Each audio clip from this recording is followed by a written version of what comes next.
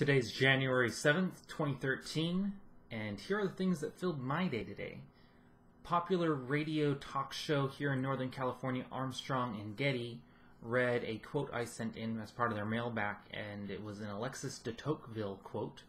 The quote, I'll read it here. "Democratic nations are so enamored of equality, they would rather be equal in slavery than unequal in freedom."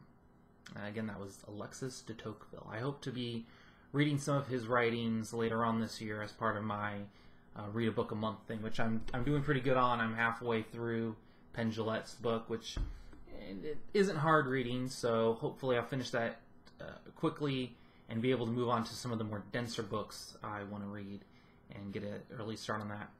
Today, so that happened this morning. Then my sister returned from college. She's going to be visiting with us for like a week. She's studying chemical engineering at San Jose State, so it's nice having her back here to visit.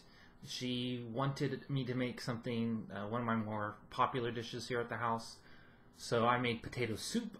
And even though she's on a low-carb diet, she decided she would have a little bit, and my potato soup turned out perfectly this time. You know, sometimes things don't go quite the way you want it. This potato soup, everything went right.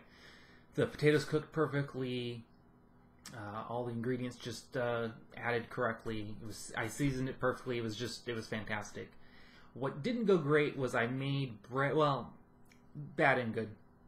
I made some bread, but it sunk, and so it didn't turn out the way I wanted. But it turned out perfect for what we were going to use it for.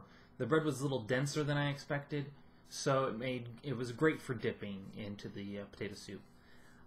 Then my brother and I, for Christmas, we got like a make-your-own root beer at home kit, which we did 4 or 5 days ago, but it takes several days to ferment because you actually use yeast, which is what provides the root beer with its carbonation. So today we finally tried it. It's okay. It wasn't great. I give it like a 2 or 3 out of 5. I'm actually trying it now with a little bit of vanilla ice cream and like as a float. See how that works out. But it kind of has an artificial flavor to it. It kind of coats your mouth. It's not exciting. It tastes like a root beer popsicle or root beer candy. But I'm a root beer snob, so take that for what it's worth. It has inspired me to try to figure out how to brew your own root beer from complete scratch. I mean, the thing we used, had like flavorings that came with it and stuff like that. So.